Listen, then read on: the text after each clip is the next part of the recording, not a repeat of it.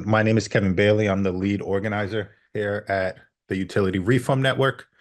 And we're going to be doing a conversation on how to understand your bill, as well as accessing programs and assistance. And let me pass it on to my colleague, Alejandra Vargo, to just introduce herself.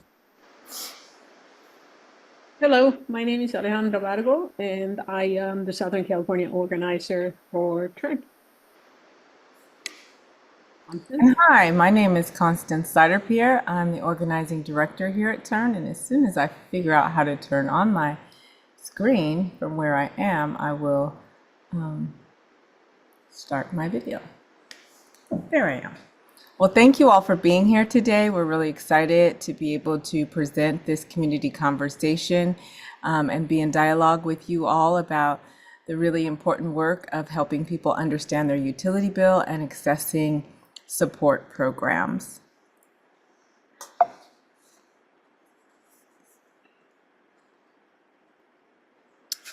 So the first part of this is really about understanding your bill, because advocacy begins with being able to actually read the bill and understand what's on it. For most people, they just get the bill in the mail and then they just pay it because it has a lot of graphs and charts and funny looking things like kWh's on there, kilowatt hours, and people don't really understand what's in their bill. But a bill is, the first place to start in order to be a good quality advocate. And it shows you how much energy you've used during your bill cycle in kilowatt hours. And your bill also shows you how much energy you used at the same time the previous year, which is helpful. What we hear often is people say, I'm using the same amount of energy as I used last year, or sometimes even less, and yet my bill is going up, has gone up tremendously. It's doubled or even tripled in some cases. We'll discuss those issues in more detail if you join us for our presentation on March 5th about why utility bills are going up and what we can do to change that. But for today, we're just going to focus on the basic ways in which we receive energy, that is through generation or procurement, and the cost of delivery. So generation is 20% of your bill. That's the actual good that you're buying. That's the energy. That's the gas. There's no upcharge on that. It's just a straight pass through. And then there is the cost to deliver that to your home. So some customers may have their power generated by a community choice aggregate, and their delivery might be provided by an investor-owned utility. For our purposes here today, I want to be very clear that we are discussing strategies and information related to investor-owned utilities in California. That's PG&E, SoCalGas, Southern California Edison, and San Diego Gas and Electric. Some of you may have experiences working in places that are not served by a investor-owned utility, but are instead served by a public or municipal utility such as SMUD or LADWP or Pasadena Water or Power. This presentation, again, will focus on demystifying bills and bill support for customers of investor-owned utilities. If you're working in areas where you or your clients are served by a public utility or a municipal utility, your strategies towards advocacy may be a little different. And I'm happy to review and take some questions on those issues at the end of this presentation. For others of you, you may see something on your bill that has a different name. It doesn't look like one of the investors owned utilities, and that is likely because you are serviced by a community choice advocate. And it's impossible for us to name all the community choice advocates aggregates because there's so many out there. But this is a program that allows cities and municipalities to acquire the raw material, the energy for their customers in their area, and provide that to them under the preface that they believe they can provide a greener portfolio, that they can provide more community benefits, and that they can also provide lower rates. CCAs operate largely independent of the IOUs, but they for their generation to provide generation for their customers, but they do rely and depend on the investor-owned utilities backbone, right? Their distribution. And so your bill still comes from SoCal Edison or SoCal Gas or SoCal Edison, or it still may come from PG&E. And the distribution, the wires, the lines, the back engine of how that delivery happens is happening through your investor-owned utility. So you see a charge on there for your community choice aggregate, and you see a charge on there for your IOU or your distribution charges. We always want to let people know that, your lifestyle and your family size are going to be a big indicator of whether or not the community choice aggregation is a good choice for you. And so you really do have to do some analysis of your bill and find what is right for you. Most community choice aggregate, well, all community choice aggregates are opt out. So you're automatically opted into this if it is offered in your territory, and you can opt out at any time. And then you would revert right back to your investor-owned utility only. So what else is in your bill besides being charged for your energy by kilowatt hour? There are fees and surcharges included amongst the usage cost, and there's various charges applied to the customer's bill for things like support programs to offset the cost for public safety. And some of these fees and surcharges include the energy cost recovery account. Some of this is public purpose programs. And then others that you see on there are for the wildfire fund, which is getting a lot of conversation right now as we have the fires raging still in Southern California. But I want to make note and be clear that while there are many fees and surcharges that you see on your bill, there are a host of fees and maybe not fees. There are a host of charges that go into your distribution, that's 70% of your bill, that are not outlined on your bill. And so the best way to think about that is every time you turn on the light, we'd all want to just be charged for the cost it is for that distribution and that generation to come into your home. But the reality is that there are additional costs that are baked into rates each time you turn on the light in your home. You're paying for capital projects for the utility, improvements and that they may be making to their computer systems or to smart meters or upgrades to smart meters, vegetation management. And of course, you're paying for guaranteed rate of return for company investors and for projects like undergrounding that the utilities support.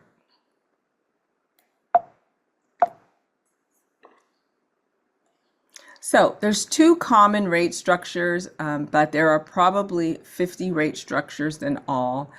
The first rate structure is a tiered rate plan. This plan has two pricing levels known as tiers, which are based on baseline usage of climate zone in your territory. And baseline usage is something that is part of a proceeding before the CPUC every 4 years and it gets calculated and analyzed and litigated so that we can assess what a baseline usage is for any particular climate territory. And that is the allotment that should be enough for the average household to power their home. Baseline allowances change by the season, and the price for energy changes when a customer exceeds the baseline allowance and moves into a tier 2. Because tier 1 is viewed as the tier in which most folks should be able to stay within tier 1 throughout their billing cycle. Moving into tier 2, the kilowatt price per kilowatt hour increases. And then beyond tier 2, there is actually a tier 3, and that we call those super users, which are extreme areas of concern and very, very high cost to the consumer.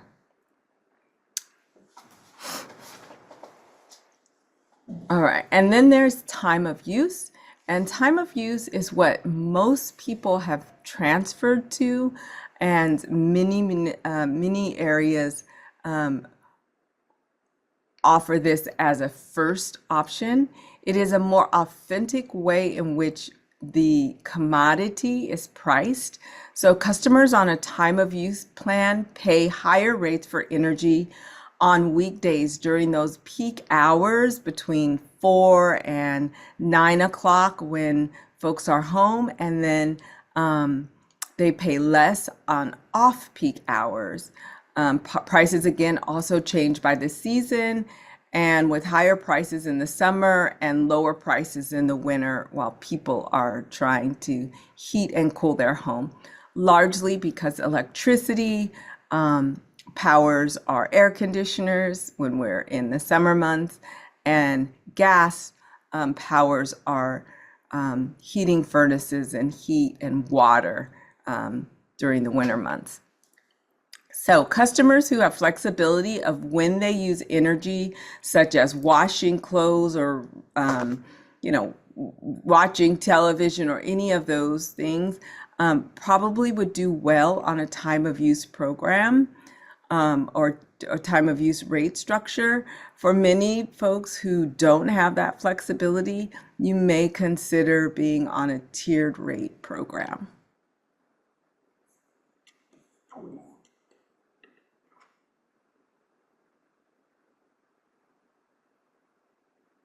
All right. So what is affordability? Well, affordability is a bit of an amorphous word, but for us, we like to get straight to the point, and our advocacy is focused on affordability as what a customer can afford to pay for this commodity. An affordable bill is one that you can afford to pay in full and on time without having to sacrifice other essential goods and services. The unfortunate part of the story is that 1 in 4 Californians are energy insecure, meaning that they are at risk of being disconnected and that they cannot afford to pay their utility bill in full and on time each month. Our organizing network, Ratepayers United, is working to really redefine what energy affordability is by starting to shift the blame from struggling customers and onto the greedy utility companies who consistently increase rates without any real analysis and or accountability to what affordability is and what it looks like in the communities in which we serve.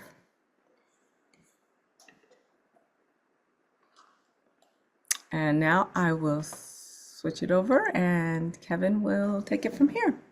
Thank you, Constance. Can you go to the next slide? So I am going to talk through the various resources and the various programs that customers have at their disposal when seeking out assistance for their um, overdue utilities bills. But I think it's important to again remember that the most important thing is having a bill that you, the customer, can afford. And that changes with each and every customer. What's affordable for me may not be what's affordable for you. So as we go through the various programs and arrangements, it is just important to keep that in mind, especially uh, as we talk later about stacking the various things, using 2 or 3 programs if necessary.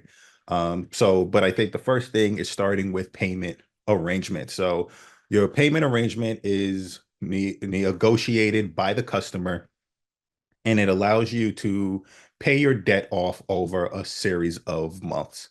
Following a 2023 ruling by the CPUC, customers can be enrolled in up to 24 months into a 24-month payment arrangement. And that will stay until October 1st of 2026.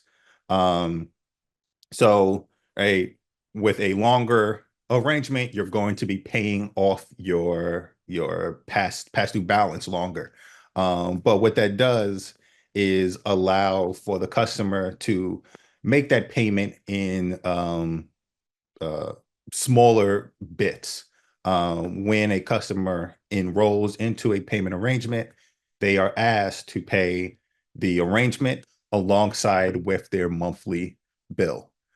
So for many customers who may have a larger overdue balance, paying a arrangement that is equal to or possibly more than the monthly bill is extremely difficult.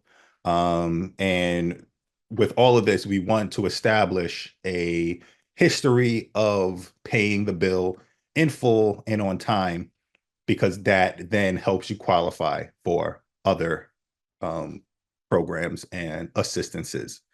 So again, with a payment arrangement, the best arrangement is the one that you comfortably can afford. Next slide, please.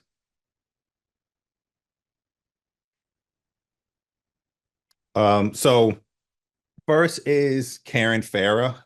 CARE, California Alternate Rates for Energy, and FARA is the Family Electric Rates Assistance. Both these programs are available to lower income customers who qualify through income verification. Customers that are enrolled in CARE will receive between 30 and 35% discount on electric bills and a 20% discount on gas bills. Um, Not everyone qualifies for CARE, so then there's FARA. FARA is for families whose household income slightly exceeds the CARE qualifications, and they are eligible to a 18% discount on their electric bills. Um, it is, can you just go back really quick? It is notable, again, it's families. So individuals can qualify for CARE. The household must include 3 in order to qualify for FARA. Next slide. Kevin, that actually changed this past year through legislation. And so now the CARE and FARA um, households of 1 or more can qualify for. Oh, there we go. Great. And that was turn legislation.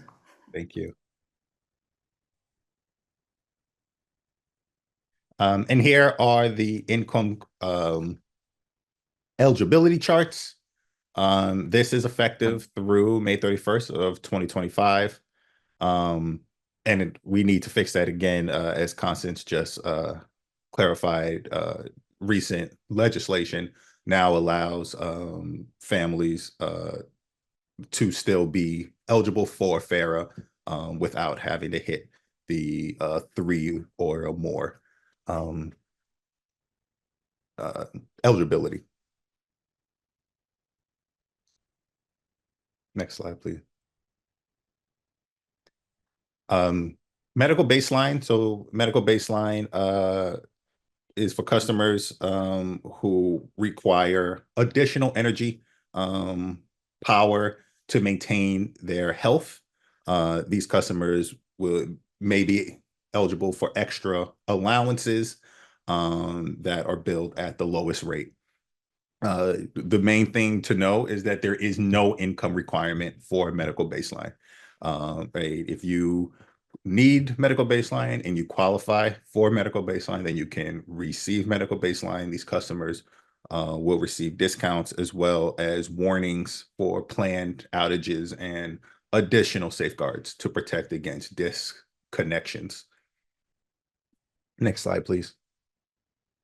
And here are some of the qualifying devices and medical conditions for medical baseline. So again, life-threatening illnesses, compromised immune system, MS, asthma, sleep apnea, and on the right side is a list of some of the devices that qualify a household to receive medical baseline.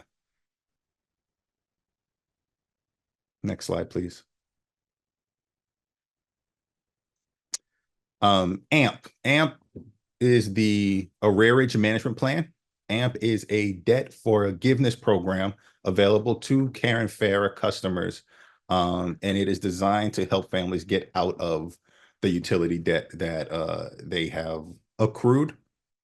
So customers enter into a 12-month program, and for every month that a customer is able to pay their bill in full and on time, 1/12 of that debt is forgiven. If you can stay in it for the full year, then 100% of the debt up to $8,000 will be forgiven. Customers can miss 2 non-sequential payments. So if you miss a payment, you must make it up in the following bill cycle. And there is no impact for dropping out. Excuse me, there is no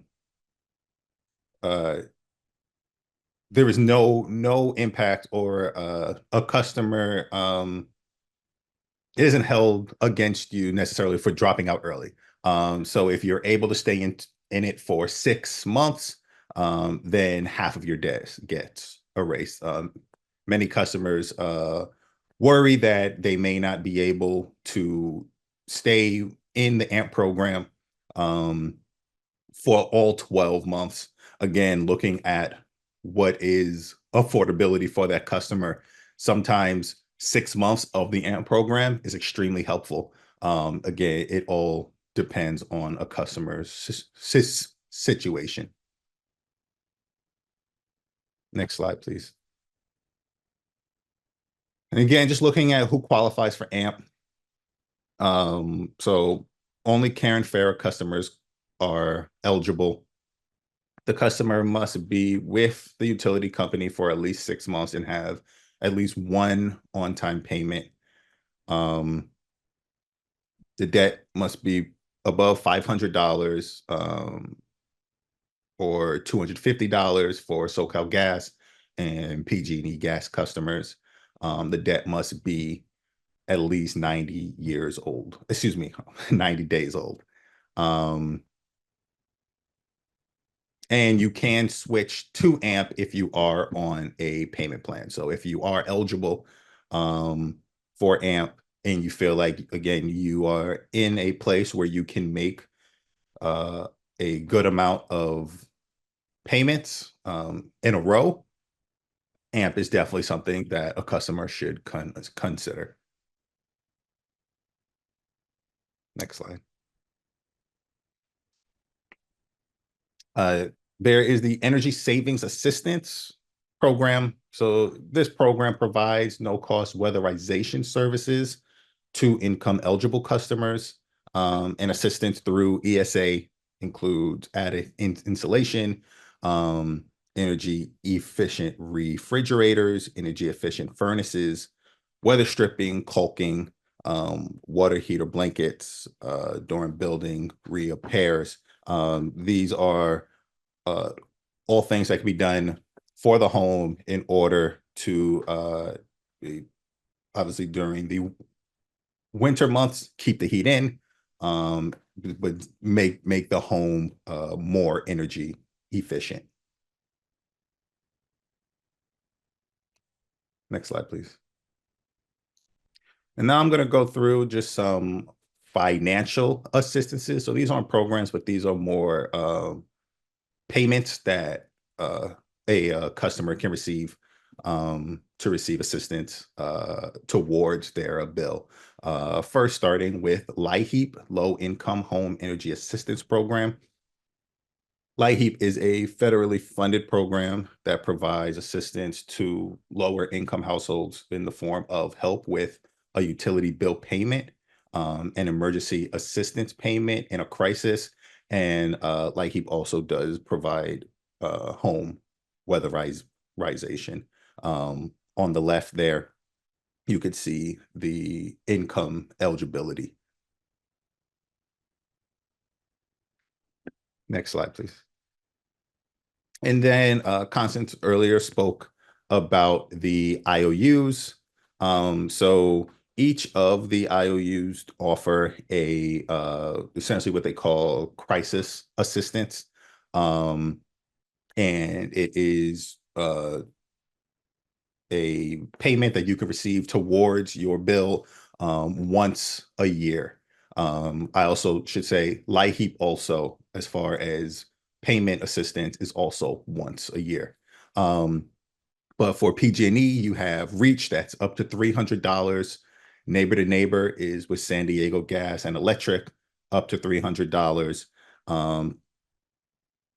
SoCal Edison will provide up to $200 or $300 for an all electric household. And then SoCal Gas has their gas assistance fund that is up to $100 or $200 if the household includes an adult that is over 55.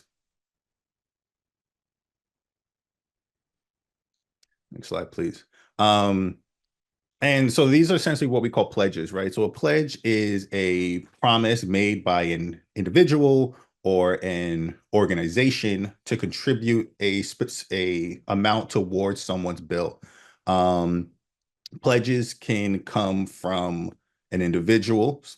It can come from, again, a church, a community-based organization. We like to let people know this because I think when we think about pledges, we think about LiHEAP, we think about reaching these other things, but we all have our own network. And for those, it isn't always easy to ask for help, but kind of using creativity and I think really kind of looking at where you have access to funding that can help with a bill is important when looking at assistance. It may not always be in the forms that I've gone through. They may not always have funding. So sometimes we do need to step out and look at who else do we know that can help us.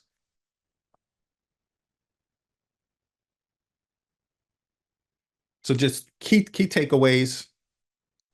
First, be aware of who your provider is and what plan you have. Like Constance said earlier, when talking about the CCAs, you need to know what your plan is, why your bill looks the way it does, why you're being charged, what you are being charged.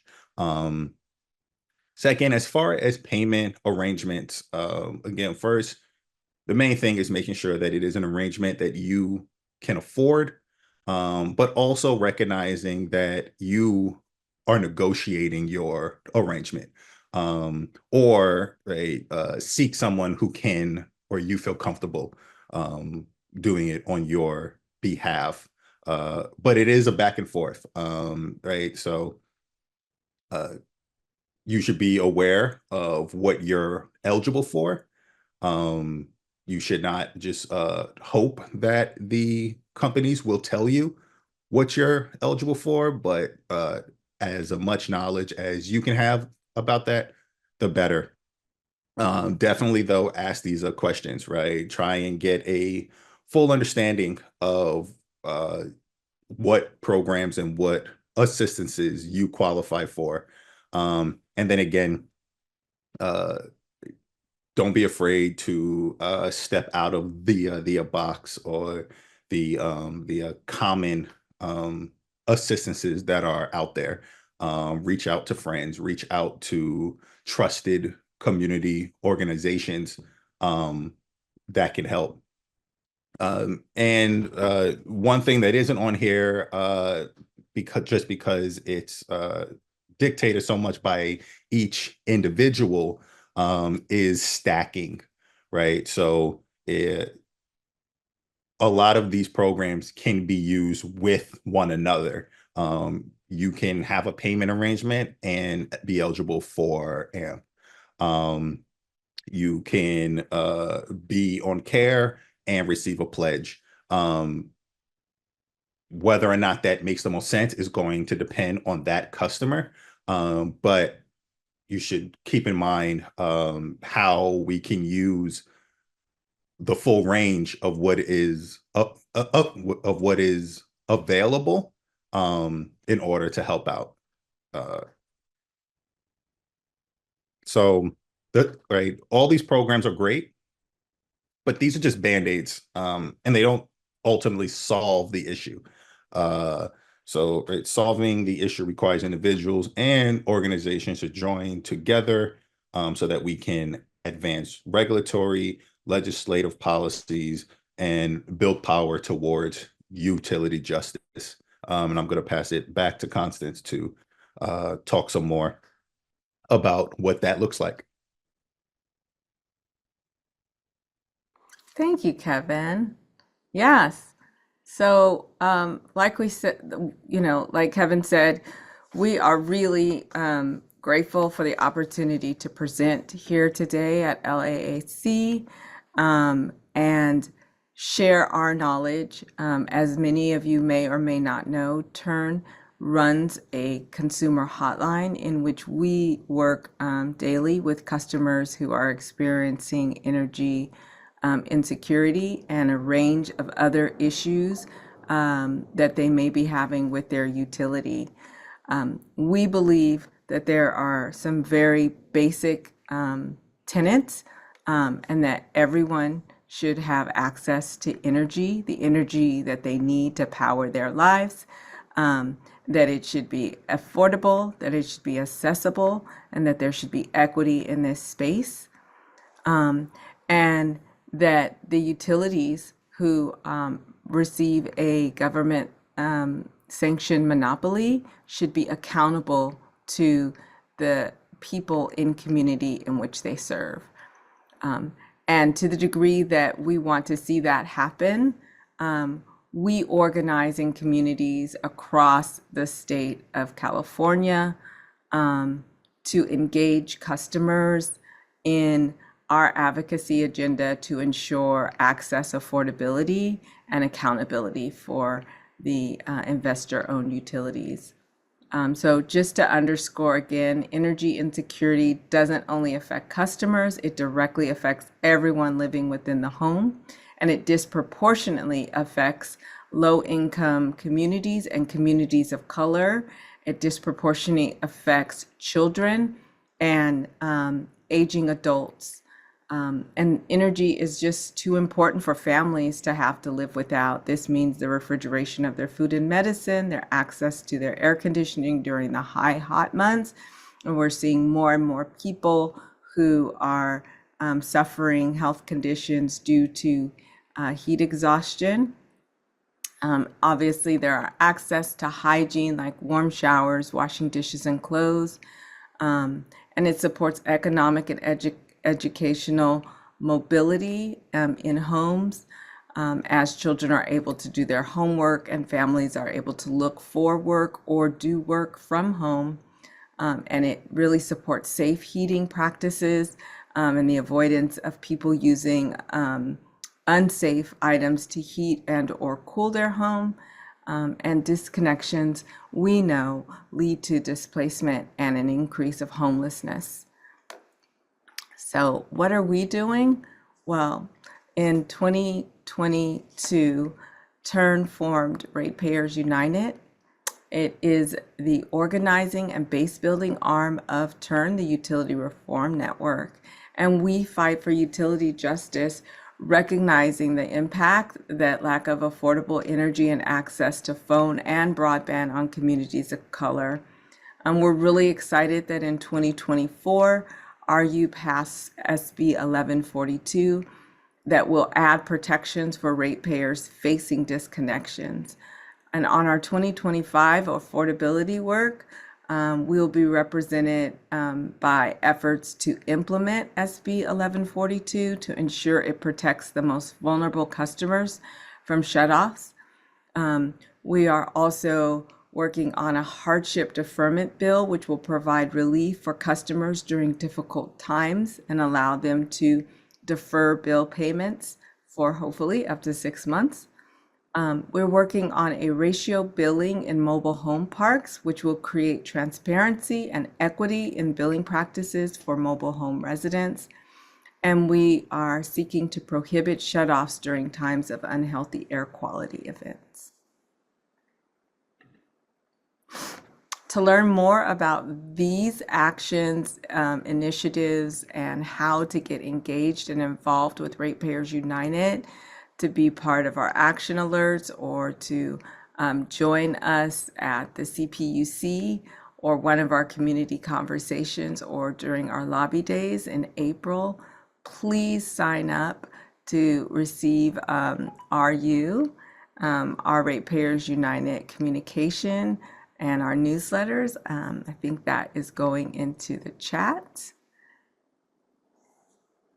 And also, we would invite you to also sign up for to learn more about our legislative and regulatory agenda with our powering legislation.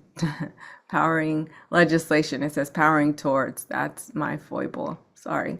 Powering legislation towards energy equity. What is it called? Powering legislation towards energy justice. That's it. And we're having that session at 1 o'clock and at 6 o'clock on March the 5th. And both the links to register for those two community conversations are also being put in the chat. And during that time, again, we'll talk more about ways that you could engage in regulatory and or legislative initiatives to support customers and receiving energy justice. And with that, I'd like to thank my co-presenters today, both Kevin and Alejandra, and we're here and available now to take questions.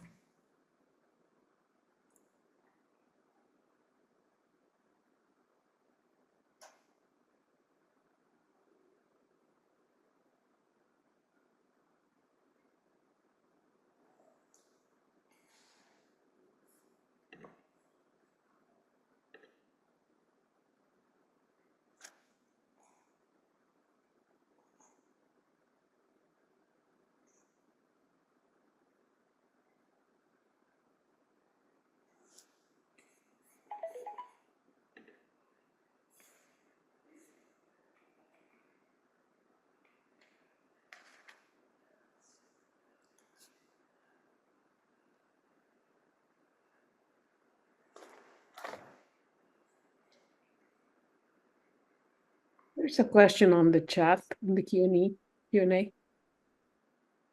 want to read it? I don't see it. Yeah, sure. And I can respond it as well. Does the energy savings assistance apply to mobile home household too? No, the answer is technically no, unless the mobile home park is sending bills to each and every resident of that mobile home. Alejandra, I, are they asking if they're eligible for care and FARA? No, they're asking if I'm going to talk about Edison, okay? The Energy Assistance Fund here in Edison, if it applies to mobile home households too. Oh, got it. Unless the mobile home resident is the account holder, no, unfortunately, no. But we are doing some work around those issues. So if you want to know any specific questions about mobile homes, please contact us. I think my contact information is in the presentation. Yes, Alejandra's leading our work on mobile homes, and we'd love to talk to any of you that are working in that space. We have some big sea change that we'd like to see come to protect those very vulnerable customers. There was also a question in the chat about whether or not this recording will be available. Yes, LAC is recording this training. And we also will be sharing a PowerPoint with links to all the resources that we spoke about. So you guys will also have that so that you have easy access to any of the resources that we talked about.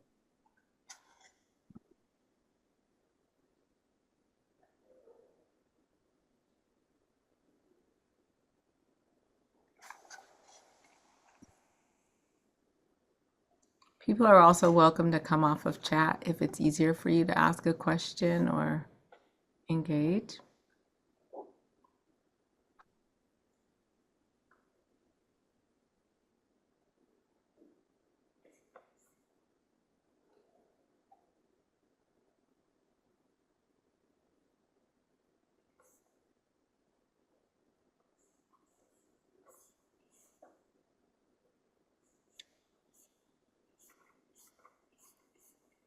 Well, if there aren't any other questions, we will give everybody back about 17 minutes of their time and their day.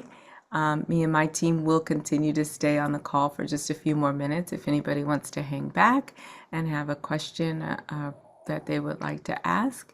Otherwise, we really want to thank you all for being here today. Thank you for the work that you do in community to support the community in resolving issues, in obtaining service, in keeping service, and all the host of things that I know legal service attorneys and the staff to do that is incredible work throughout the state of California. Thank you so much. And we're very excited and happy to be in contact and communication with you. Please do reach out to us individually with any questions or concerns that you might have, or just to say hello.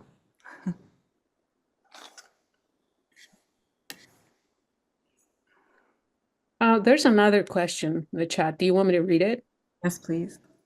If family income increases, is there an obligation to report recertification period? It's a great question. No. If a family is on care, they recertification happens kind of like a lottery. And so when their time to recertify comes, they should recertify with the income change.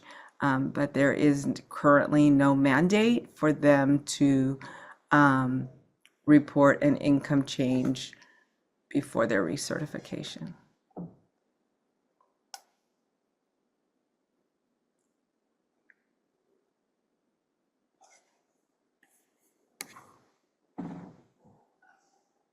Thank you, Christine. Thank you for that. I'm glad this was helpful.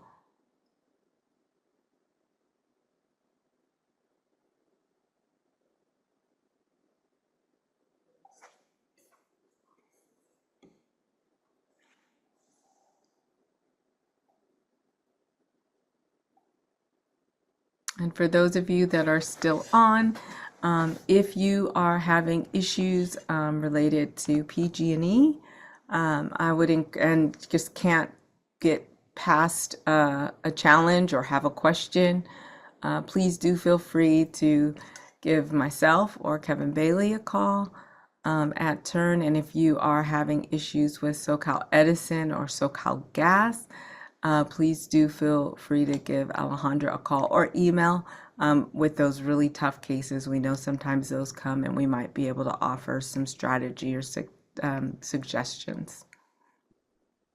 And the hotline number is in the chat. So that's also a great way to get access to us. Yes.